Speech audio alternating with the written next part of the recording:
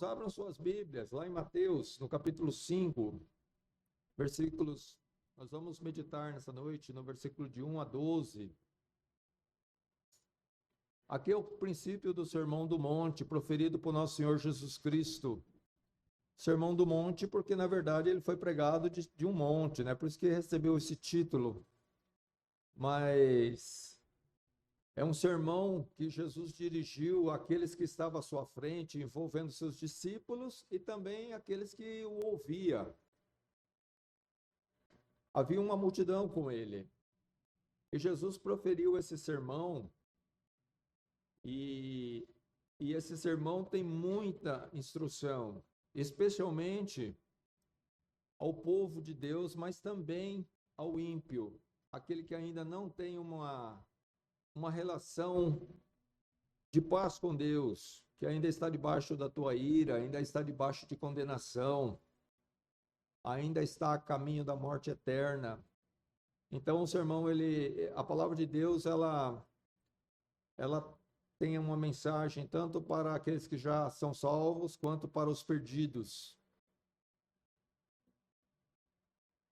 E nós vemos aqui que tem as 9 bem-aventuranças. Então é importante que nós estejamos entre eles, porque bem-aventurado é feliz, é estar da maneira correta, daquilo que agrada a Deus. Jesus usa o termo bem-aventurado você, se você se encaixar aqui, se você se encaixa no Sermão do Monte como um todo, então amém, bem-aventurado é você, porque você é um cristão, primeiramente. Porque são características muito próximas e próprias daqueles que estão em Cristo, o Sermão do Monte. Ele tem uma aplicação muito prática na nossa vida. Mas ele começa dizendo assim no versículo 1: E Jesus, vendo a multidão, subiu a um monte, e assentando-se, aproximaram-se dele os seus discípulos, e abrindo a sua boca, os ensinava, dizendo: Bem-aventurado os pobres de espírito, porque deles é o reino dos céus. Bem-aventurados que choram, porque eles serão consolados. Bem-aventurados os mansos, porque eles herdarão a terra. Bem-aventurados que têm fome e sede de justiça, porque eles serão fartos. Bem-aventurados misericordiosos, porque eles alcançarão misericórdia. Bem-aventurados os limpos de coração, porque eles verão a Deus. Bem-aventurados pacificadores, porque eles serão chamados filhos de Deus. Bem-aventurados que sofrem perseguição por causa da justiça, porque deles é o reino dos céus. Bem-aventurados sois vós, quando vos injuriarem e perseguirem, e mentindo, disserem todo mal contra vós por minha causa. Exultai e alegrai-vos, porque é grande o vosso galardão nos céus, porque assim perseguiram os profetas que foram antes de vós. Vamos orar mais uma vez. Senhor nosso Deus e Pai, eu estou aqui, Senhor, com todas as minhas imperfeições, como um vaso de barro, Senhor, indigno, mas, Senhor, aprova a Ti, Pai, me usar para falar à Tua igreja, esse povo seleto que o Senhor resgatou pelo sangue da cruz do Calvário. E que o Senhor nos abençoe, Pai, todos nós, para que todas as vezes, Senhor, que a Tua palavra estiver sendo lida, que nós possamos dar atenção a ela, e na Sua mensagem, Senhor, nós possamos crer de todo o coração e valorizar ela, Pai, agradecer ao Senhor por ela e aplicar ela, Senhor, de maneira a ser eficaz em nós e também, Senhor, eficaz na aplicação a outros por meio de nós. Que seja, Pai, bendita essa mensagem por todos os presentes, de maneira que nós possamos dar toda a credibilidade àquilo que nosso Senhor Jesus Cristo falou a nós. por meio da sua palavra nesta noite. Eu te peço, Pai, perdoa minhas falhas, meus pecados, perdoa a tua igreja e abençoa-nos, Pai, com teu Espírito Santo, para que seja, Pai, ele o nosso provedor da nossa espiritualidade nesta noite, por meio da tua palavra, do nosso crescimento, desenvolvimento espiritual. E também, Senhor, se for da tua vontade, for do teu propósito eterno, que essa noite seja uma noite de arrependimento e confissão de pecados perante o Senhor e perante Jesus Cristo, nosso Salvador. Essas coisas eu te peço em nome de Jesus. Amém.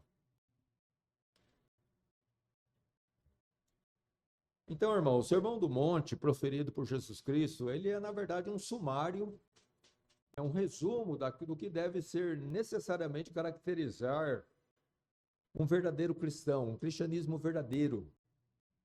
O que faz parte de um cristão que professa realmente ser Jesus Cristo e que verdadeiramente é de Jesus Cristo. É impossível, né, irmão, não haver evidências perceptíveis onde há um real cristianismo. Por quê? Porque existe poder no cristianismo verdadeiro. Poder transformador, poder vivificador. De maneira que não tem como não se notar. Por isso que Jesus, analogamente falando, ele diz, né, olha, é impossível esconder uma cidade sobre um monte. Falando com seus discípulos, que assim como é impossível esconder uma cidade edificada sobre um monte, o monte está no alto, então logo todo mundo consegue ter visibilidade daquela cidade. Para ensinar que o verdadeiro cristianismo, ele é percebido pelas pessoas como uma pessoa consegue perceber uma cidade sobre um monte. Porque Deus trabalha em nosso ser, não é verdade, irmãos? Deus trabalha, Deus opera.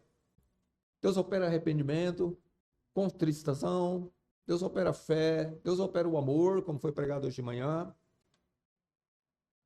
Não somos falhos, mas a verdade é que, né, o poder de Deus, mesmo diante de nós estarmos em fraqueza ainda, porque estamos nesse corpo de morte, mas mesmo assim, não deixa de evidenciar que realmente Deus está ali presente e está operando naquela vida.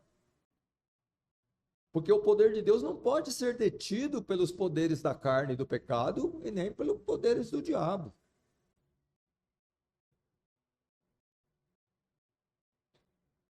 A verdadeira piedade, o verdadeiro cristianismo, né, ele manifesta poderosamente e começa inicialmente em nosso homem interior. A gente percebe, né, irmãos, nas manifestações bíblicas, até, né, mas na nossa própria conversão, você lembra da sua, eu lembro da minha.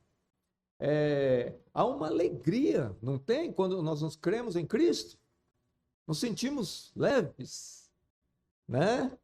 Eu lembro que eu fui jubiloso, né, da onde eu estava com a igreja lá, numa casinha que ficava o quê? Uns 200 metros longe de casa, nem isso, 150 metros. Aquele caminho foi um caminho, né, onde as estrelas parece que brilhavam mais, já que era de noite, né? E era sítio, né? Então as estrelas no interior brilham, né?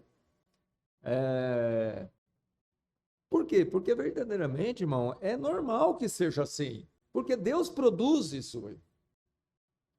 Deus produz resultados em nosso homem interior. A piedade verdadeira, ela tem poder. E começa com pequenos indícios, como, por exemplo, a alegria. Nós vemos isso lá no caso do eunuco. Não é à toa que a Bíblia fala que ele seguiu jubiloso o seu caminho. Convertido, com o Espírito Santo já morando nele, Deus produziu nele regozijo, gozo. Ele se tornou um bem-aventurado. E isso produziu nele alegria no Senhor. A vida dele continuou. Os problemas não foram tirados. Ele ainda tinha que voltar lá para o lugar dele e cumprir com suas obrigações como funcionário da rainha. Mas ele já tinha algo muito mais poderoso nele, do que os problemas, que era a salvação em Cristo que ele encontrou. A paz com Deus, a esperança viva no futuro eterno. Isso faz, irmão, com que as outras coisas, os males dessa vida, devem ficar bem mais pequenos. Muito mais. Nós vemos o mesmo caso no caso do carcereiro, que diz a palavra de Deus que ele se alegrou com toda a sua casa pela sua fé em Jesus Cristo. Então, é natural que o povo de Deus seja um povo alegre, um povo satisfeito. Não que não tem problema, pelo contrário, o povo de Deus é o que mais tem problema nessa vida, exatamente por conta dele ser de Deus. Mas é um povo satisfeito em Jesus Cristo, pelo que ele ganhou em Cristo Jesus. Ainda tem problemas, mas a alegria no Senhor é maior.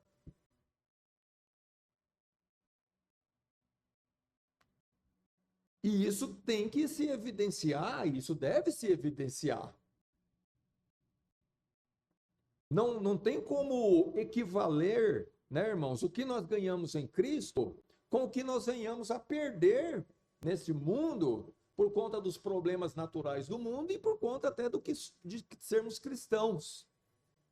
Não é perca. Nós vamos ver, nós lemos aqui no texto, né? Que muitas coisas que, na verdade, talvez nós venhamos a ficar tristes e abatidos, na verdade, era para ter produzido efeito antônimo a isso. O contrário, era para nos trazer alegria no Senhor. Se foi por Cristo, se foi por fidelidade à palavra de Deus, então amém. É fato. Vai acontecer mesmo. Não só comigo, mas com todos aqueles que seguem a Jesus Cristo. Paulo, quando falou para Timóteo, né, ele disse, olha, como se, né, a perseguição, os problemas, não era um problema exclusivo de Paulo, mas de todo seguidor fiel de Jesus Cristo. O problema é que nem todos são seguidores fiéis de Jesus Cristo.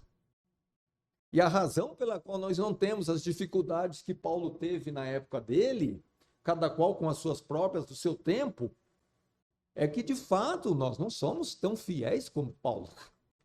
Isso nos poupa. Mas isso é bom?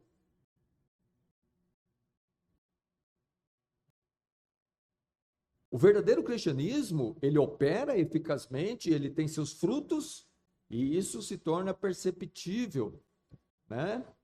Porque verdadeiramente há poder na operação espiritual promovida por Deus. Esse poder, irmão, transforma-nos. Transforma, como a palavra de Deus nos ensina, e é verídico. Transforma-nos em um novo homem. Né? Nossos pensamentos, nossos sentimentos, nossas ações, nossas reações, elas vão ser moldadas por Deus, pelo poder da palavra de Deus, pelo entendimento da palavra de Deus e também pelo poder do Espírito de Cristo que está em nós, né? E esse poder transformador, operador de Deus, ele é constante e ele é eficaz. Ele produz realmente. Logicamente que nem todos têm o mesmo grau de edificação espiritual, de santificação do que outros, uns mais, outros menos. Tem filhos fiéis e filhos rebeldes. A Bíblia deixa bem claro, são filhos, mas nem todos os filhos são iguais. Nem todos têm a mesma firmeza. A palavra de Deus sempre alertando para isso. Tem aqueles que são seguros em Cristo, mas tem aqueles vulneráveis, que, né, às vezes alguns pregadores até usam aquele termo, o crente ébrio, né, o crente embriagado, que cai, levanta, depois cai de novo, depois torna a levantar de novo, mas ele não tem uma constância em Cristo, ele não tem uma firmeza, ele está sempre sujeito ao pecado. Ele precisa fazer algo a respeito, orar mais, crer mais na palavra de Deus, se aplicar mais ao que a palavra de Deus lhes diz, para que não seja tão vulnerável às investidas do maligno, às investidas do pecado. Nós temos que ser fortes no Senhor. Nós temos que ser pessoas, irmãos, com firmeza. A Bíblia fala daqueles que são mais espirituais do que outros. Dentro da igreja existe isso, né? E aqueles que são mais espirituais até têm que socorrer os outros, para que também eles venham para cima, puxando sempre todos, puxando todo mundo para cima, né? Levantando e levando para mais perto de Jesus Cristo, levando para a aplicação da palavra de Deus, auxiliando uns aos outros. Mas fato é, né, irmãos, é que nós temos que estar numa condição de sermos ajudadores e não sermos ajudados o tempo todo, hora que vez por vez.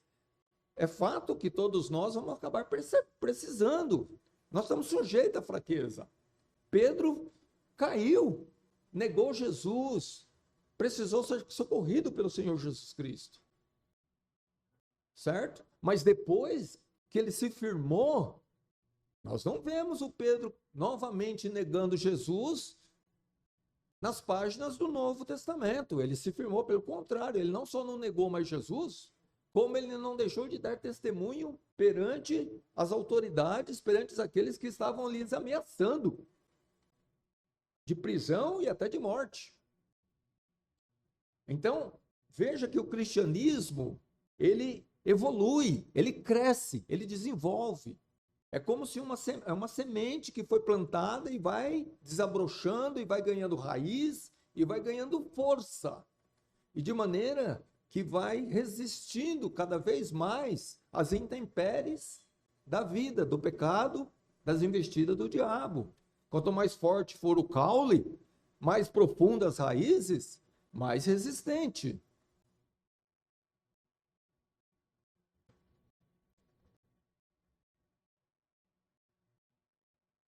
Em nosso texto, como eu disse, né, irmãos, tem 9 bem-aventuranças, e todas elas têm uma relação direta com a real operação regeneradora do Espírito de Cristo, o qual produz nos regenerados os resultados que foram ali expostos. Deus é quem opera, irmãos. A salvação é de Deus. Deus, por sua graça, ele opera a salvação no homem, no pecador perdido. É o poder de Deus que faz a obra, né? Nós sabemos disso. A palavra de Deus não deixa dúvida. Salvação não está no poder do homem. O homem natural, né? Ou seja, nós como viemos ao mundo, nós não temos nem condições de entender a palavra de Deus.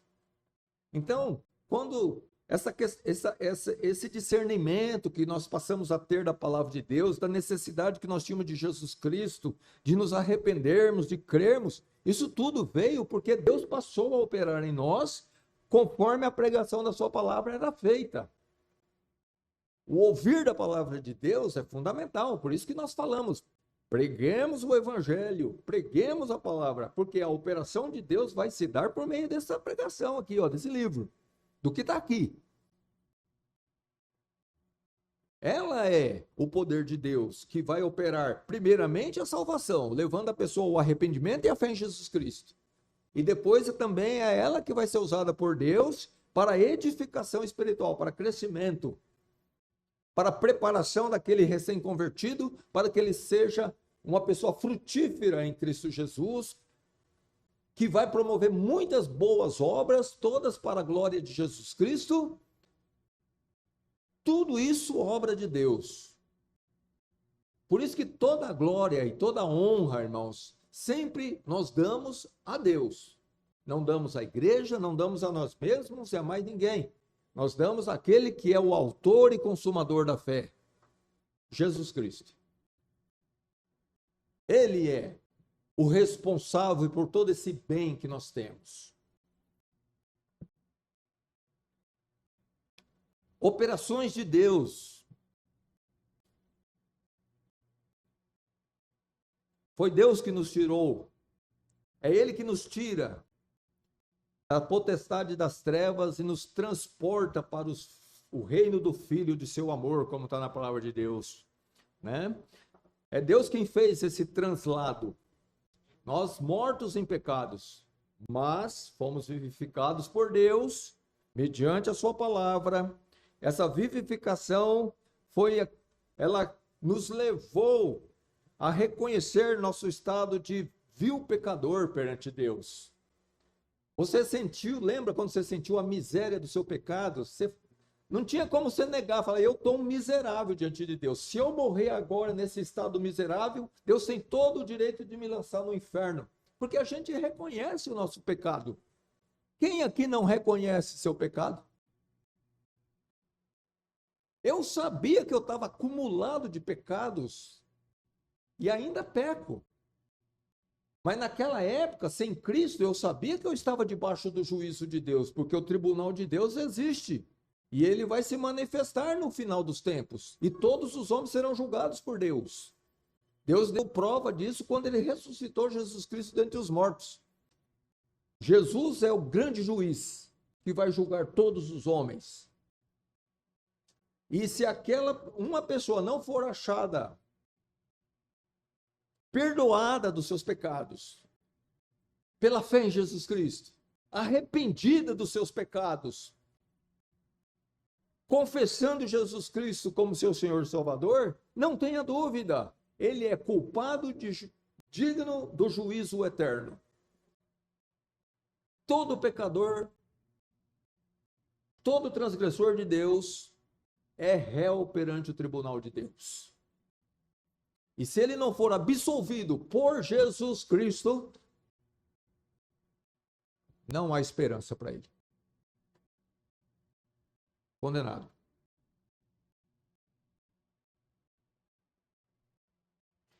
E essas bem-aventuranças aqui que nós vemos, irmãos, é interessante que elas vão contra aquilo que o mundo julga ser um bem-aventurado. Porque, de fato, o mundo, como nós vemos lá em 1 João, o mundo jaz no maligno, ele está no maligno. Ora, não precisa muito para saber que o mundo não é de Deus. Quando eu falo do mundo, eu não estou falando da terra, das árvores, eu estou falando das pessoas. Dos animais, não, falando das pessoas. Veja as obras que são praticadas. Veja as razões pelas quais as pessoas fazem o que fazem. O que impera nesse mundo? Mentira, ódio, desonestidade, cobiça, inveja, maus tratos, desonra. E poderíamos enumerar todos aqueles pecados que estão aqui na palavra de Deus, que caracteriza o mundo entregue ao maligno. A Bíblia fala que o príncipe desse mundo é o diabo. Está entregue por ele está debaixo do juízo de Deus, ele está debaixo do controle de Deus. Não é que Deus perdeu o controle sobre o diabo, não. O diabo opera nesse mundo, mas ele opera pela permissão de Deus. Isso é importante ficar bem claro. Deus é sobre ele. Deus é sobre todos. Mas até para que os propósitos de Deus se cumpram, Deus vai dando essa liberdade para que o maligno opere. E ele opera a mentira, o engano, a falsidade, a falcatrua, a corrupção que nós vemos aí desenfreadamente, a ganância, a avareza. Porque o mundo, não pertence. As pessoas têm o costume de dizer, são todos filhos de Deus. Se fossem todos filhos de Deus, nós não teríamos cadeia. Nós não teríamos delegacias e mais delegacias investigativas. Nós não teríamos aquilo que a gente está vendo na televisão aí agora, o tempo todo, de corrupção, desonestidade, roubo, literalmente. Porque essas pessoas não são de Deus. Se fossem, não fariam o que fazem. O homem de Deus é santo. Porque Deus é santo. Ele busca a santificação. Ele busca ser semelhante a Cristo. E de fato, o que é um bem-aventurado para o mundo, não é um bem-aventurado para Deus. Para o mundo, bem-aventurado é ter muito dinheiro, não importa como você conseguiu. Se foi honesto ou desonesto. Se você passou a perna no patrão, ou se você passou a perna no empregado, ou se você, né, deixou de pagar isso e mais aquilo. Não, o importante é você ter dinheiro. Mas um cristão verdadeiro, para ele, não é bem-aventurança isso. Isso é sinônimo de estar debaixo da ira de Deus. Porque se eu faço isso tudo, é porque eu ainda não tenho uma relação com Deus. Eu não fui regenerado espiritualmente. Cristo não está em mim. Eu posso falar no nome dele, mas as minhas obras estão testificando que eu não sou dele.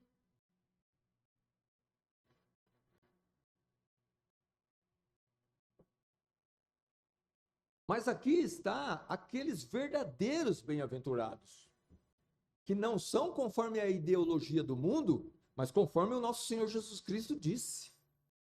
E você precisa estar entre esses aqui bem-aventurados. E não ser um bem-aventurado pelos homens lá fora. Porque se você é um bem-aventurado no mundo, então logo você é um maldito perante Deus.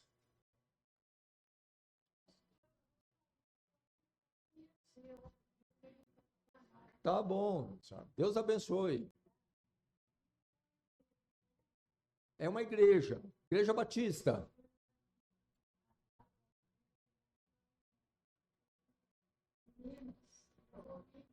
Ok, será bem-vinda.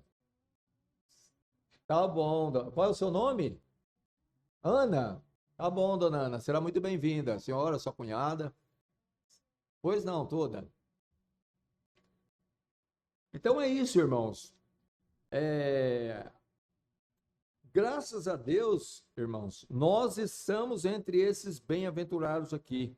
E ele começa dizendo o seguinte: bem-aventurado os pobres de espírito, porque deles é o reino dos céus. Veja só, né? Bem-aventurados são aqueles pobres de espírito, mas por que ele é um bem-aventurado? Porque de fato ele tem um reino pela frente. E não é um reino qualquer, é o reino dos céus, e o reino dos céus, no mínimo, é eterno. O que nós esperamos no futuro quando Cristo voltar, irmãos? Nós esperamos o quê? Uma nova terra e um novo céu, não é? Onde habita a justiça, onde reina a justiça. Aquilo que nós queremos, né? Mas para ter acesso a esse reino, para ser um participante deles, é importante que essa pessoa seja um pobre de espírito. O que significa isso? Não é um pobre de dinheiro, veja bem. Não é um pobre financeiramente falando, ou um pobre culturalmente falando, não tem nada a ver com isso. É um pobre de espírito. Ou seja, isso aí tem uma ligação muito direta, irmãos, com a operação que o Espírito Santo promove em nós. Lembra, eu já falei aqui, aquele estado miserável de pecador que você sentiu, o que levou você a correr para a cruz de Cristo? Senhor, eu preciso do Senhor, me salva, porque eu também sou um pecador.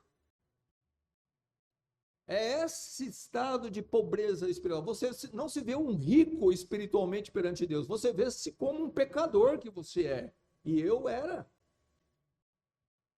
É esse estado de reconhecimento de que nós somos, né, trapos de imundícia perante Deus, estando naturalmente perante Ele, é que nos faz correr para Cristo. O pobre de espírito é aquele miserável pecador que reconhece o seu pecado. Ele não se acha bom, porque ele vê que ele não é bom. Ele sabe que quando ele entrar na presença de Jesus Cristo, ele não vai ter argumento. Porque a sua própria consciência o acusa dos seus pecados. O pobre de espírito é aquele que, quando ouve a palavra de Deus, ele fala: Senhores, meu Deus, eu estou perdido. Eu estou entre esses pecadores miseráveis que precisam de Jesus Cristo também. Veja lá em Atos, no capítulo 2, versículo 36 a 38. Aqui Pedro está pregando no dia de Pentecoste e ele está terminando a sua pregação aqui da palavra de Deus. E ele no versículo 36 ele diz assim: Saiba, pois, com certeza toda a casa de Israel, que a esse Jesus, a quem vós crucificastes, Deus o fez Senhor e Cristo. E ouvindo eles isto, compungiram-se o seu coração. Veio uma tristeza sobre seu coração e perguntaram a Pedro e aos demais apóstolos: Que faremos, homens irmãos? E disse-lhe Pedro: Arrependei-vos e cada um de vós seja batizado em nome de Jesus Cristo em remissão dos pecados, ou para a remissão dos pecados, e recebereis o dom do Espírito Santo. É isso que é reconhecer, saber ser um pobre de espírito. Esses homens aqui chegaram depois da pregação de Pedro. Pedro falou: Vocês crucificaram Jesus Cristo. Vocês são culpados da morte dele, do justo. E eles falaram: Isso é verdade. Nós somos culpados mesmo. Nós estávamos lá aprovando a crucificação do Senhor. Eles reconheceram as suas culpas. E é isso que você tem que fazer, meu amigo, que não tenha Cristo ainda. É você olhar e falar: Puxa vida, isso que a palavra de Deus está falando é verdade. Eu sou isso mesmo. Eu preciso de perdão. O que eu devo fazer? Pedro deu a resposta, que valia para aquele povo e valia para você e para todos os ímpios pecadores, que são todos os homens, todos os povos. Arrependei-vos e confesse a Jesus Cristo como seu Senhor e Salvador.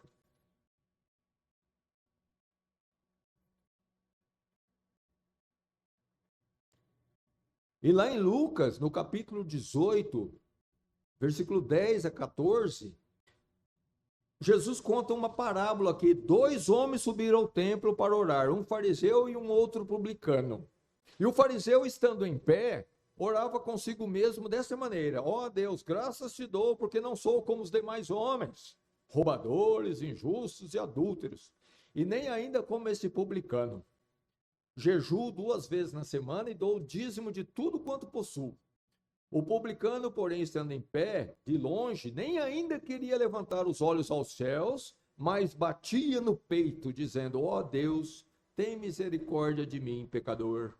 Digo que este desceu justificado para a sua casa, e não aquele, porque qualquer que a si mesmo se exaltar, será humilhado, e qualquer que a si mesmo se humilha, será exaltado. Talvez você está entre esses fariseus aqui. Você está se achando muito bom. E esse é o seu problema. Essa concepção de bondade própria, irmãos, vai levar milhares, tem levado milhares e milhões para o inferno. Porque a pessoa não vê que ele precisa de Jesus Cristo. Ele se julga bom. Esse homem aqui, ele tinha boas coisas. Mas boas coisas não é suficiente para aplacar a ira de Deus sobre você.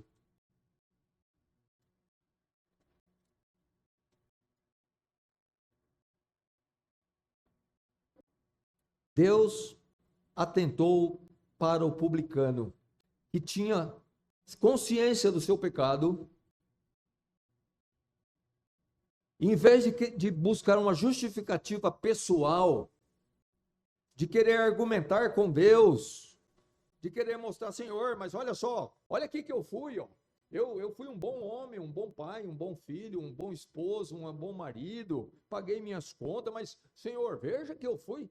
Eu não, nem falava palavrão e... Não. Que argumento pífio. A Bíblia diz lá em Isaías que as nossas obras perante de justiça, aquilo que nós julgamos justo perante Deus, perante Ele, é como o trapo da imundícia. A única obra que Deus aceitou de todo o mesmo coração, porque foi perfeita, foi a obra de Cristo. É por isso que se prega a salvação única e exclusivamente pela obra de Cristo, e não pela obra de qualquer outro. Ai de mim se eu estivesse confiando na minha salvação por conta do que eu sou. Eu já estaria no inferno, eu poderia considerar.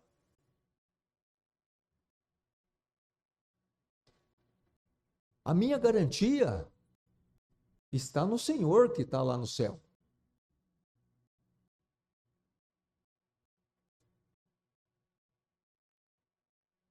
O pobre de espírito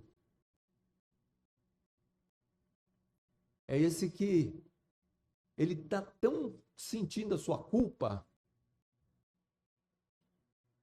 que ele só pode dizer, Senhor, tem misericórdia de mim. Porque se o Senhor não tiver misericórdia de mim, ai de mim. Miserável pecador.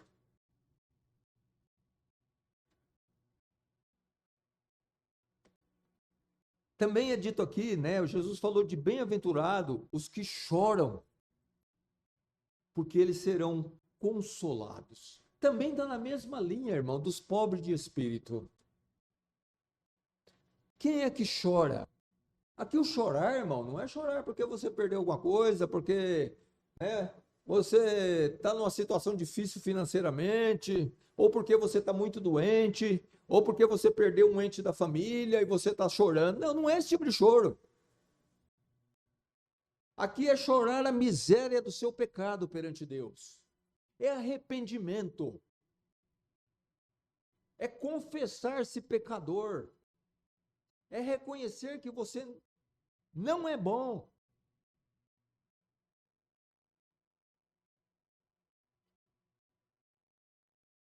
Bem-aventurado os que choram. Até o próprio cristão, né, irmãos? Nós, quando pecamos, já não foi nenhuma nem duas vezes, irmãos, que eu choro perante Deus. Porque eu sinto que eu o contrariei, que eu não fiz o que não deveria fazer. Isso tem que ser real na vida do cristão. Lembra de Pedro? Quando Pedro negou Jesus 3 vezes, e Jesus olhou para ele, aquilo foi uma facada no coração daquele servo de Deus. A Bíblia diz que ele saiu dali e chorou, mas a Bíblia faz questão de dizer que ele chorou amargamente. Isso é verdadeiro arrependimento de pecados. Por isso que eu digo, irmão, que o poder da verdadeira piedade, ele se manifesta. Não é aquele pedido de desculpa.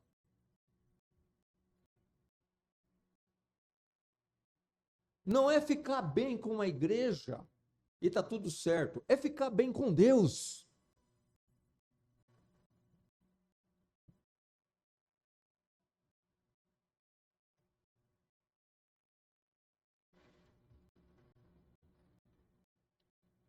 Lá em Lucas, no capítulo 7, vamos ler aqui um texto, vai do 36 em diante. Aqui Jesus estava na casa de um fariseu. E diz assim: e rogou-lhe um dos fariseus que comesse com ele, e entrando em casa do fariseu, assentou-se à mesa. E eis que uma mulher na cidade, que era uma pecadora, quer dizer, uma prostituta, né? Sabendo que ele estava à mesa em casa do fariseu, levou um vaso de alabastro com unguento. E estando por detrás de Jesus a seus pés, chorando, começou a regar seus pés com lágrimas, e os enxugava com os cabelos da sua cabeça, e beijava os seus pés e o ungia com unguento.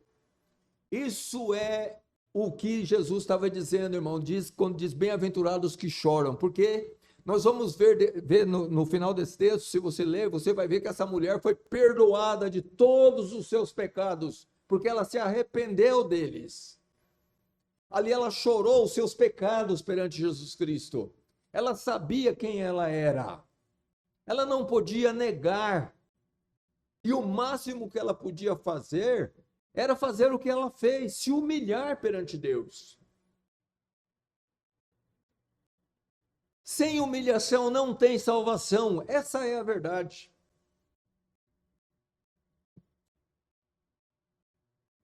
Todo convertido aqui, né, irmãos? Eu, você, se nós somos convertidos, é porque um dia nós nos humilhamos perante Jesus Cristo.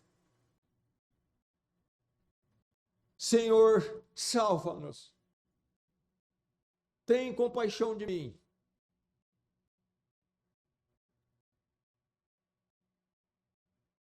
Essa mulher, ela chorava, ela regava os pés de Jesus com as suas lágrimas.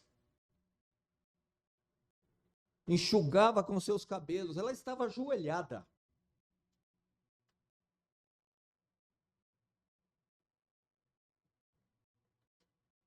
Jesus censurou esse fariseu arrogante, mas ele abençoou aquela mulher. Ele deu salvação para ela. Ele diz: vai em paz, teus pecados foram todos perdoados. Porque você muito amou. Era muitos os pecados dela. Ela se tornou uma grande discípula de Jesus Cristo. Porque o que Cristo fez por ela não tem preço. Ela se transformou em uma outra mulher. Bem-aventurado, irmãos, são os que choram quando estão em pecados, longe de Deus, sem comunhão.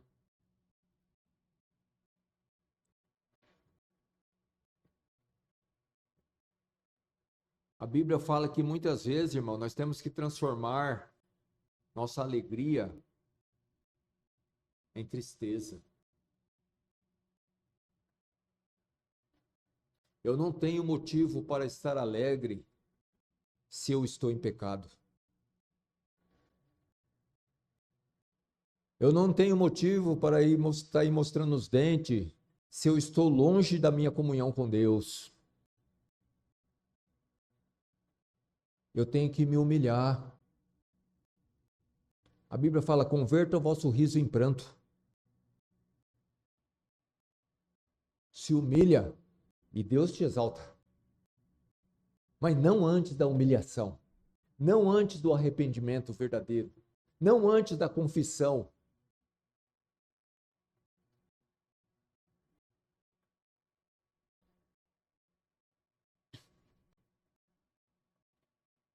Ele diz também: bem-aventurados os mansos. Por quê? Porque eles herdarão a terra. Sabe por quê, irmãos? Tudo isso? Porque tudo isso são sinais de um verdadeiro cristão. Quem vai herdar a terra? Os verdadeiros cristãos. O que ele está falando da nova terra, que ele mesmo, Jesus, foi preparar. Mas quem é que vai herdar essa nova terra? Não somos cristãos?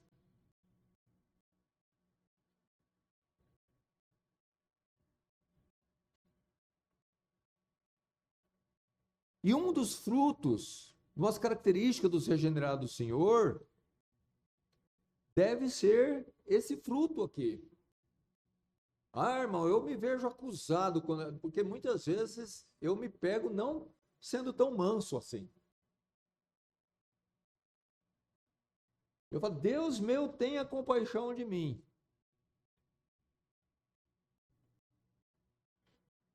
porque eu acabei de transgredir a sua palavra, acabei de entristecer o seu espírito. Porque se eu não reajo conforme o Espírito Santo, irmãos, logo eu estou reagindo conforme a carne.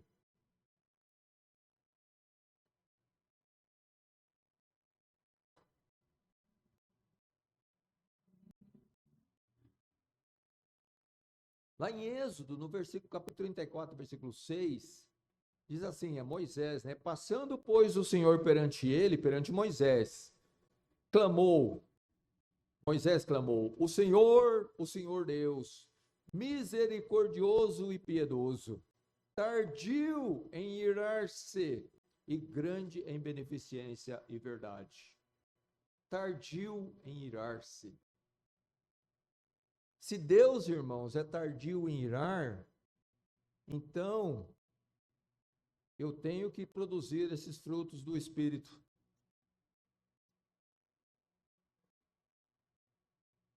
Esse é o meu calcanhar de Aquiles.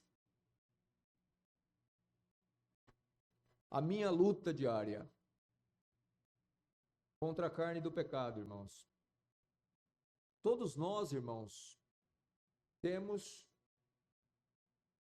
nossas características naturais. Não vamos nos livrar dela, mas ela não é desculpa perante Deus.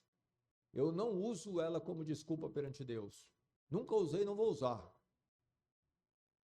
É culpa minha. Eu tenho que lutar contra as minhas fraquezas. Eu tenho que dar voz ao Espírito Santo. Eu tenho que dar livre curso para ele operar. E se eu não estou dando, eu sou o culpado, e tão somente eu e mais ninguém. E eu sou digno do juízo de Deus, do castigo dele.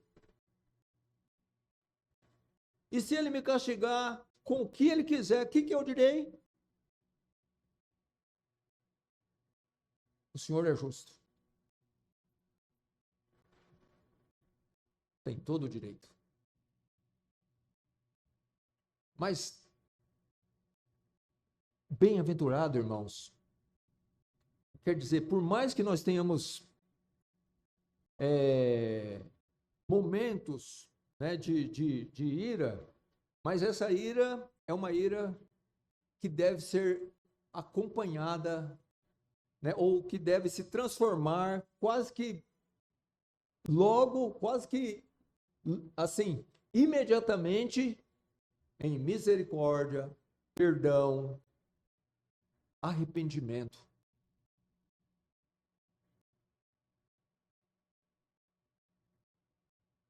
A Bíblia fala, não se ponha o sol sobre a vossa ira. Na ira do homem, não, a justiça de Deus não opera. Até porque Deus é o juiz. Ele é o vingador. Não nós.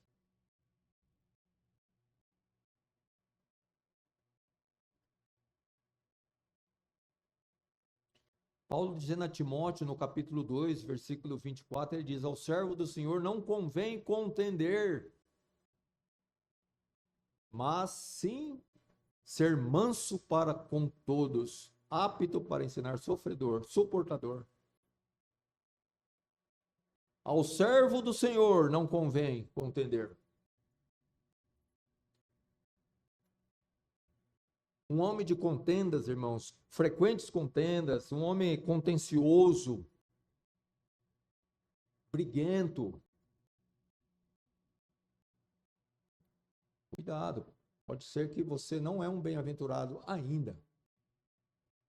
Porque, de fato, um dos frutos do Espírito Santo é a mansidão.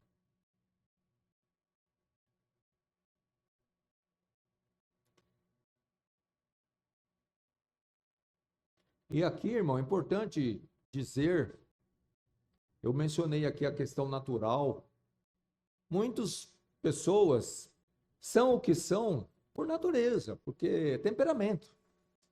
Aqui, irmão, Jesus está falando de algo que é fruto da regeneração espiritual, algo fruto da salvação em Cristo, algo que Deus produz, e não porque eu já nasci assim, eu sou um cara calmo por natureza. Tem gente, né? Isso é natural.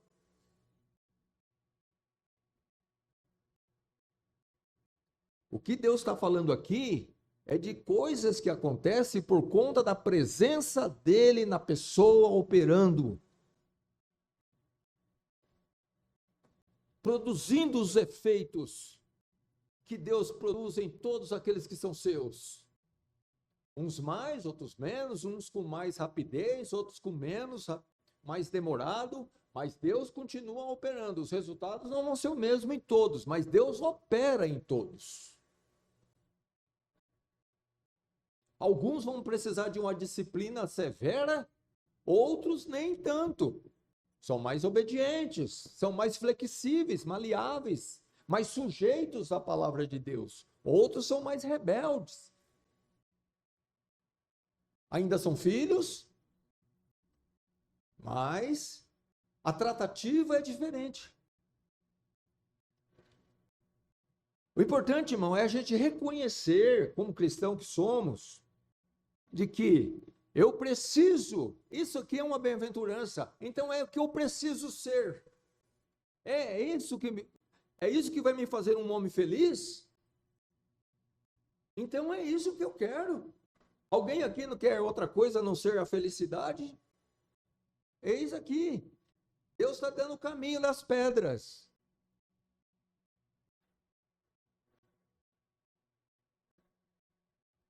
Uma pessoa que não é mansa, provavelmente, é porque ele não tem o Espírito de Cristo. Uma das obras da carne é isso, né? Contendas e pelejas. Exatamente aquilo que é contrário aos frutos do Espírito. O qual é amor, como foi pregado hoje de manhã, né? Gozo, paz, longanimidade, benignidade, bondade, fé, mansidão e temperança.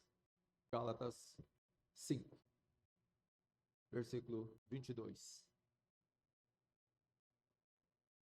Bem-aventurados que têm fome e sede de justiça, porque eles serão fartos. Na sua oração, irmãos, quando Jesus ensinou os discípulos a orar, os discípulos disseram: Senhor, ensina-nos a orar. E ele diz: quando você orar, eu orarei assim. Estou no Lucas 11, capítulo 2. Pai nosso que está nos céus, santificado seja o teu nome. E logo em seguida, venha o teu reino e seja feita a tua vontade, assim na terra como no céu. Irmãos, por que que um cristão, uma das razões pela qual nós desejaríamos que o reino de Jesus Cristo venha, é para que seja feita a vontade dele, não é? E por que que nós queremos isso? Porque não estamos satisfeitos vivendo nesse mundo. Eu vou dizer uma coisa, não é verdade, irmão, para mim e para você, que aí tá, né? Logo a gente se ira, né? Porque a gente começa a assistir televisão e a gente vê tanta mentira, mas tanta coisa errada nesse mundo e cada vez pior. Ora, um cristão, ele ama a justiça, ele ama a verdade, ele não se folga com a injustiça, ele se folga com a verdade. Então, isso produz em nós ira, descontentamento. Até quando vai imperar a injustiça? Esse era o clamor do que a gente vê na Bíblia Sagrada, que era o clamor dos servos fiéis de Deus. Senhor, não vai fazer justiça o Senhor, o juiz de toda a terra? Disse Abraão. Por quê? Porque a justiça verdadeira é o que o cristão anseia e é o que ele ama.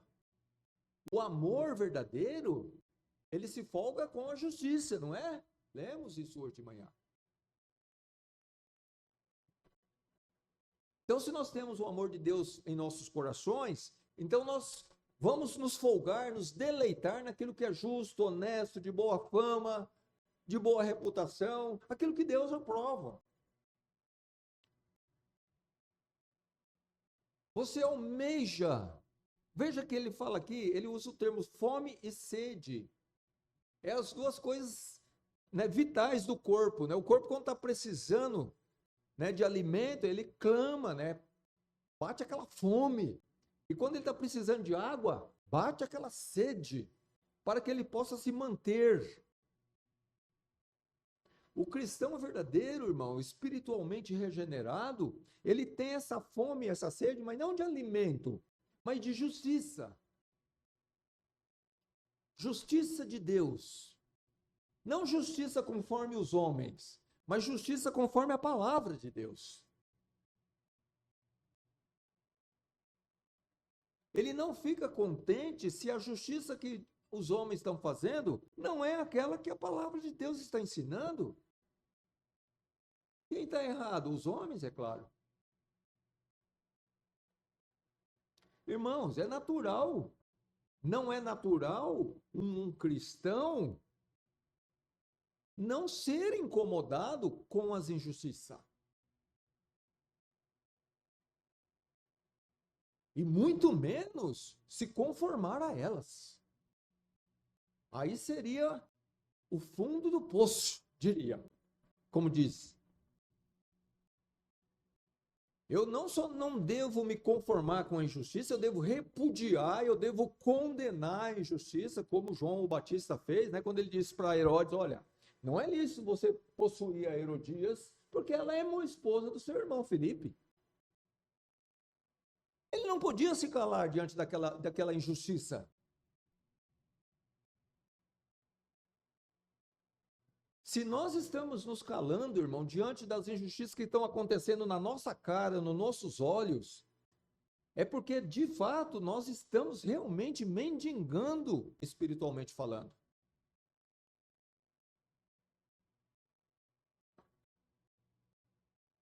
Porque o cristão se incomoda. É natural a gente se incomodar. O Espírito Santo trabalha. Paulo, quando estava lá em Atenas, né? Ele via o povo ateniense entregue à idolatria e aquilo mexeu com suas entranhas, com seu interior.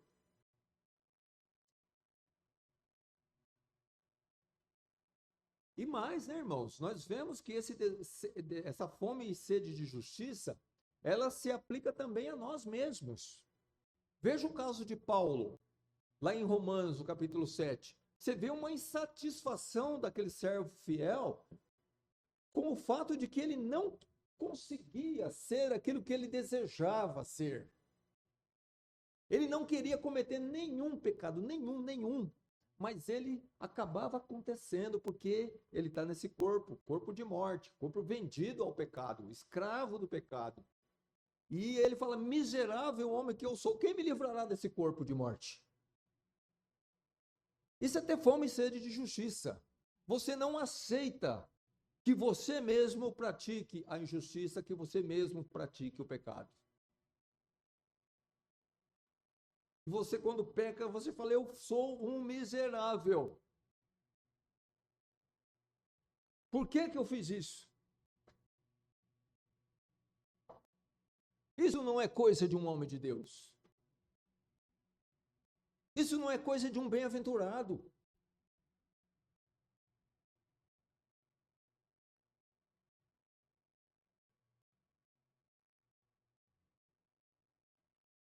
Jesus também diz que bem-aventurados são os misericordiosos, porque eles alcançarão misericórdia.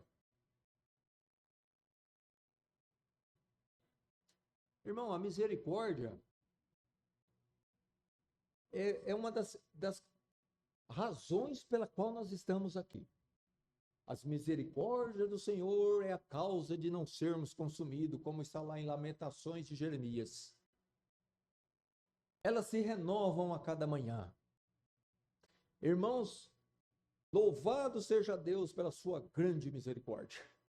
Eu louvo a Deus todos os dias pela misericórdia de Deus, irmãos, sobre mim. Falou, Senhor, obrigado por renovar a sua misericórdia para mim nessa manhã.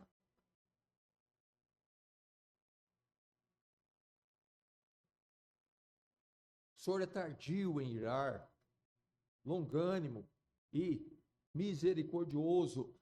Irmãos, usar de misericórdia é ser um bem-aventurado, porque de fato, irmãos, o cristão, quando ele sabe o quanto Deus usou de misericórdia e ainda usa de misericórdia para com ele, ele não tem problema de ser misericordioso para com o seu próximo.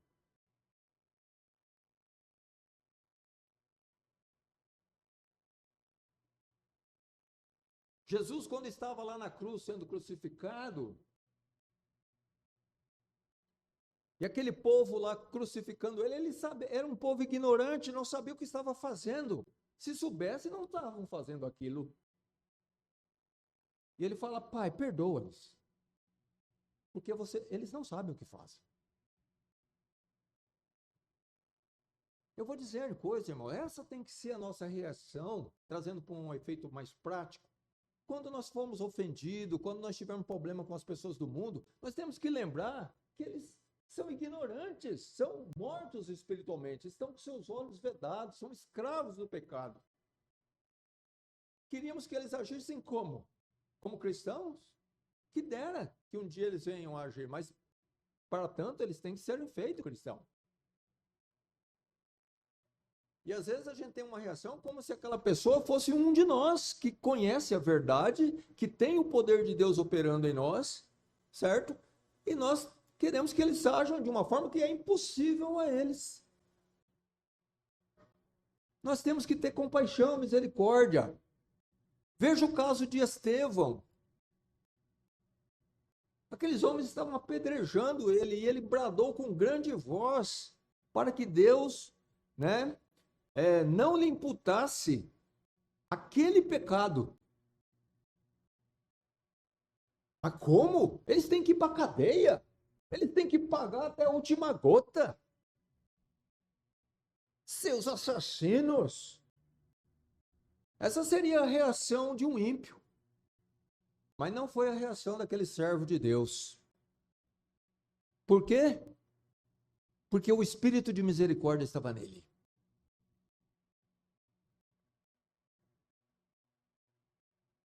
Ele era um bem-aventurado.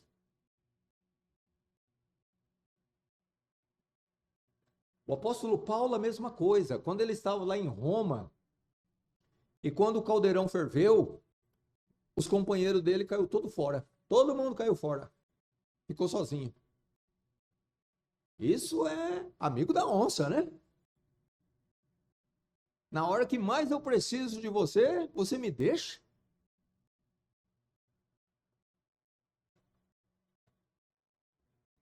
Mas o que foi que Paulo disse?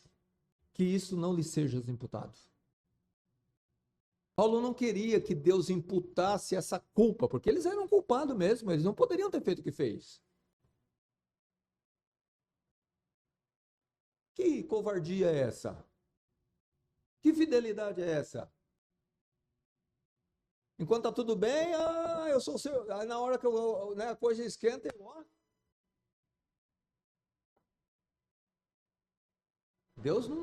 Deus, irmão, é contra a covardia.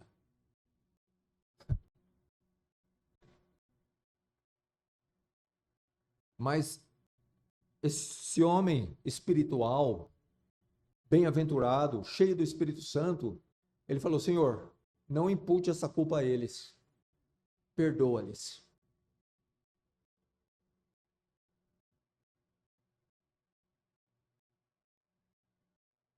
A Bíblia também diz que são bem-aventurados, limpos de coração. E por que eles são bem-aventurados? Porque eles verão a Deus.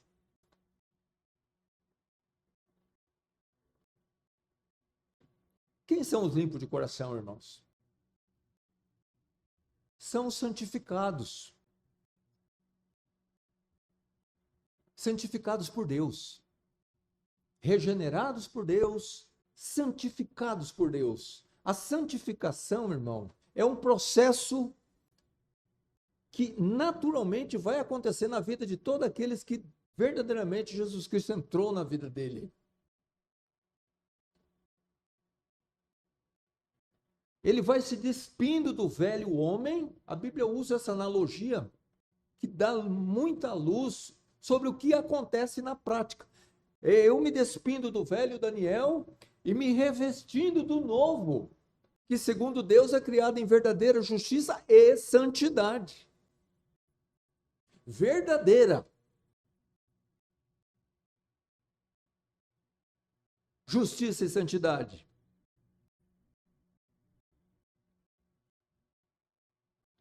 Paulo escrevendo aos Coríntios, no capítulo 6, versículo 10, ele vai estar falando aqui, não erreis, meus irmãos, ele falando para aqueles irmãos de Coríntios, nem os fornicadores, nem os idólatras, nem os adúlteros, e nem os efeminados, e nem os sodomitas, e nem os ladrões, e nem os avarentos, e nem os bêbados, e nem os maldizentes, e nem os roubadores herdarão o reino de Deus.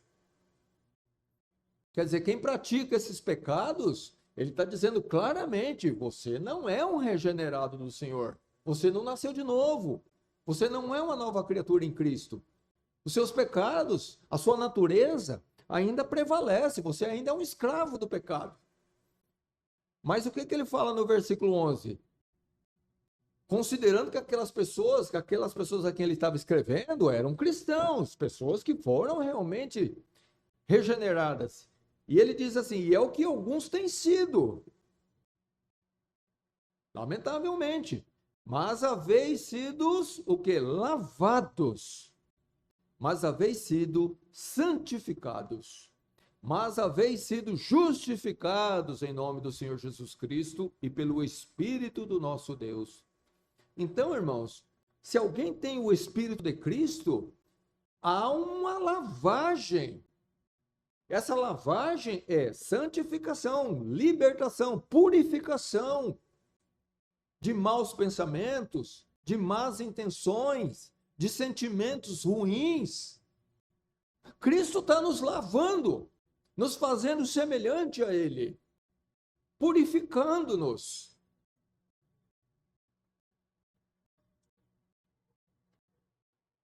Por isso que Paulo, escrevendo aos Colossenses, não me engano, né? Ele disse, olha, irmãos, e no mais, se há alguma coisa boa, algum louvor, né? Tudo que é bom, tudo que é de boa fama, tudo que é agradável a Deus, pensai nessas coisas, quer dizer, alimente o nosso coração com coisas que são santas e justas perante Deus. Não vamos alimentar o nosso coração, irmão, com aquilo que Deus condena. Com aquilo que o Espírito Santo está falando, não faça isso.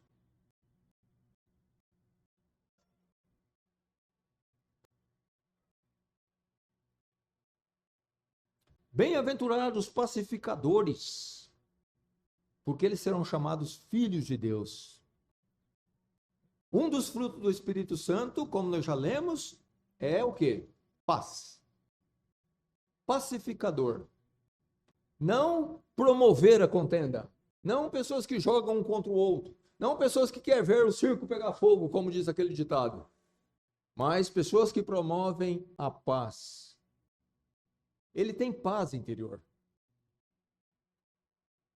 E ele promove essa paz.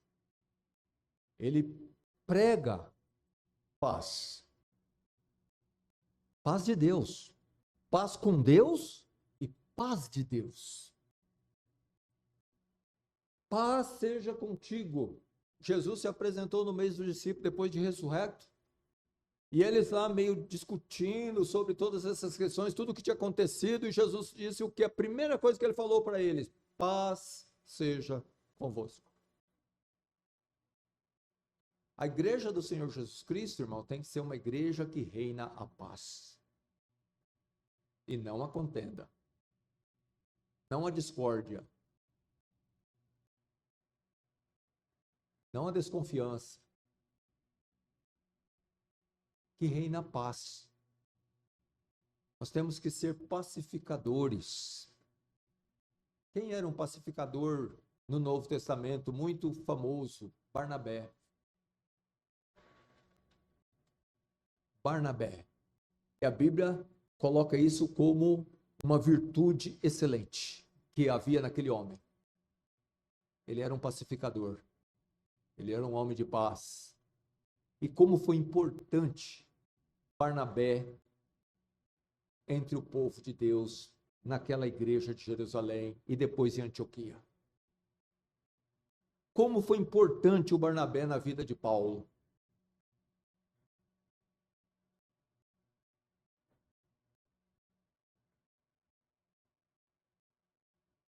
A Bíblia nos exorta, lá em Romanos, irmãos, que a gente não pode tornar mal por mal.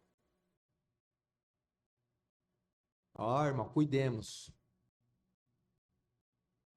O espírito de paz está em nós, mas a carne do pecado, da ira, da inveja, da maledicência, da contenda também está em nós. Nós não negligenciamos isso. E ai de nós se nós negligenciar o poder da carne do pecado. Ela vai nos derrubar. Daqui a pouco a gente está tornando mal com mal. Levantando maus pensamentos contra um irmão em Cristo. E pior, irmão, e aí seria o fim mesmo. Desejar o mal para um irmão em Cristo? Será que é impossível? Eu não digo que é, não. A gente pode chegar nesse extremo absurdo. Deus nos guarde de chegar. Deus nos livre. Que sejamos promovedores da paz. Mas Paulo, escrevendo aos Romanos, diz, olha, ninguém torneis o mal com o mal, porque é possível. Se for possível, quando estiver em vós, tende paz com todos os homens. Ou seja, está ao seu alcance, depende só de você. Então não promova outra coisa a não ser a paz.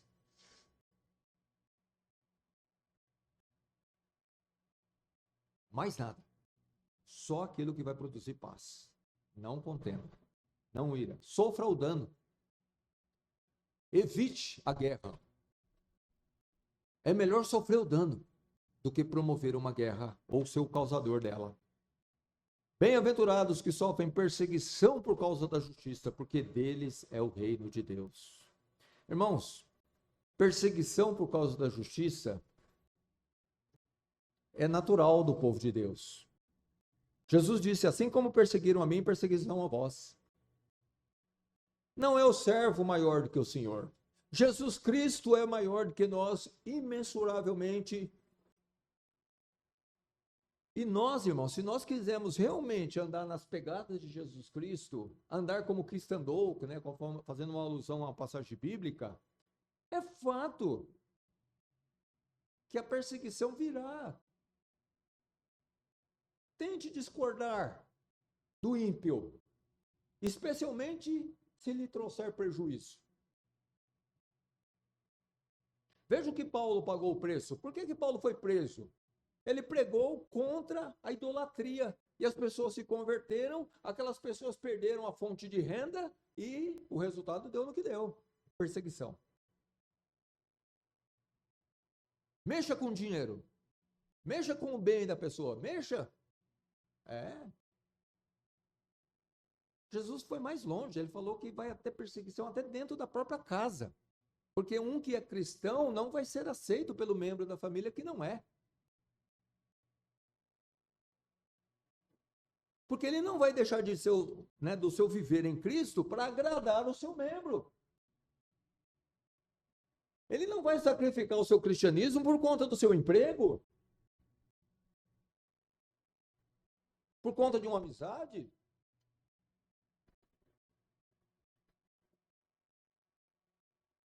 Ele vai continuar vivendo Cristo.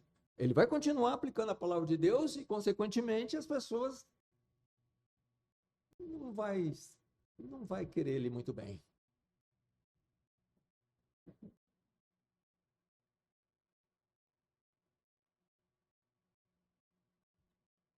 Quando os discípulos foram presos pelo Sinédrio, porque eles estavam pregando a Jesus Cristo, veja o que nós lemos lá em Atos 5, 40, 42, e concordaram com ele aqui concordaram com ele, é um discurso que o Gamaliel tinha feito, dando, né, colocando para eles algumas coisas que deveriam ser feitas, decisões a serem tomadas. E chamando o Sinédrio aqui, né, chamando os apóstolos que estavam lá presos, e tendo-os açoitado, mandaram que não falassem no nome de Jesus e os deixaram ir. Retiraram-se, pois, da presença do conselho, os apóstolos, regozijando-se de terem sido julgados dignos de padecer afronta pelo nome de Jesus. E todos os dias, nos templos e nas casas, não cessavam de ensinar e de anunciar a Jesus Cristo. Então, irmãos, os discípulos entenderam o que Jesus disse quando ele disse: bem-aventurados sois vós quando vos perseguirem. Eles se alegraram no que tinha acontecido. Logicamente, irmão, que eles não se alegraram de ter tomado açoites. Ninguém fica contente tomando açoites. Mas é porque eles tomaram açoites por serem cristãos. Eles estavam sofrendo o resto das aflições que Jesus Cristo tinha já iniciado. Eles estavam sendo participantes das aflições de Jesus Cristo. Isso para eles era uma honra. Muito diferente, muitas vezes, né, irmão, da nossa reação, que vê isso como motivo de reclamar e de desanimar, porque está dando tudo errado. Eles viram aquilo como uma glória. Olha que reação diferente e que deve ser imitada. Regozijaram-se. Perdão. Regozijaram-se de ter sido julgados dignos de padecer afronta pelo nome de Jesus. Dignos por Deus. Para eles foram uma honra. Bem-aventurados seremos nós, irmãos. Se o nosso cristianismo levar a esse ponto, não queremos ser presos, açoitados, mas a verdade é que qualquer contenda ou qualquer problema que venha, não porque nós estamos causando o problema, ou caçando o problema, ou causando ele, mas porque nós estamos vivendo um cristianismo autêntico. Não só um cristianismo das paredes desta igreja, mas um cristianismo que vai junto com a gente na segunda, na terça, na quarta e todos os dias da semana.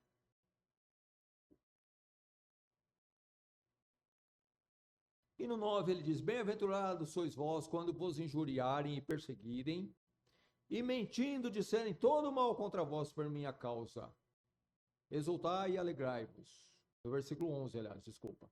Exultai e alegrai-vos, porque grande é o vosso galardão nos céus, porque assim perseguiram os profetas que foram antes de vós. Então, irmão, ser um bem-aventurado é ser um cristão. E ser um cristão é ter essas qualidades que nós mencionamos e que está na sua Bíblia e na minha. E Jesus termina dizendo exatamente isso, levando aqueles discípulos a quando eles forem injuriados e estiverem sendo perseguidos, e as pessoas mentindo, né, falando que eles fizeram coisas que eles não fizeram, ou falar que eles que eles falaram coisas que na verdade eles não falaram. É mentira, o povo do mundo mente para nos prejudicar. É fato. Não fique surpreso, tá? Se alguém levantar uma calúnia contra você, da qual você não é digno. Mas Jesus fala para eles: exultai e alegrai-vos. Por quê? Mesmo que aqui seja motivo de aflição, irmãos, mas a verdade é que grande é o nosso galardão nos céus. Jesus transporta eles já para a glória. Tira eles desse mundinho de poucos anos de vida e fala: olha, não considere esse tempo. Vocês podem estar sofrendo aflição, mas veja que vocês, na verdade, estão sendo aqui peregrinos, passageiros. Isso só apenas está contribuindo para lá. grande é o vosso galardão nos céus. Jesus não fala só, vocês vão ter galardão no céu. Jesus coloca aqui né? Ele faz questão de dizer, grande é. Vale a pena viver, seguir as minhas pisadas. Vale a pena viver essa bem-aventurança. Vale a pena ser um pobre de espírito. Vale a pena ser um manso. Vale a pena ser aquele que chora os seus pecados. Ser um pacificador. Ser um perseguido.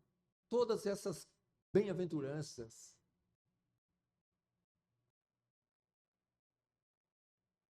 Por quê? Porque é grande. Não só somos salvos. Já é grande coisa, né, irmão? Ser salvo de uma perdição eterna já bastaria. Mas Deus vai além. Em Jesus Cristo, nosso segundo Adão, nós ganhamos muito mais do que nós perdemos com o nosso primeiro Adão. Tem grandes galardões esperando por nós, irmãos. Pena que talvez, irmãos, os nossos olhos da fé não estejam chegando mais longe do que esses olhos humanos aqui, ó. E a gente só consegue ver o presente momento, mas não consegue ver o porvir. E aí, dá no que dá. A gente é facilmente ludibriado, enganado, facilmente caímos em pecado, perdemos a fé, perdemos a firmeza, porque os nossos olhos do Espírito estão precisando de óculos para ver o reino de Jesus Cristo. O que nos espera. Vamos orar.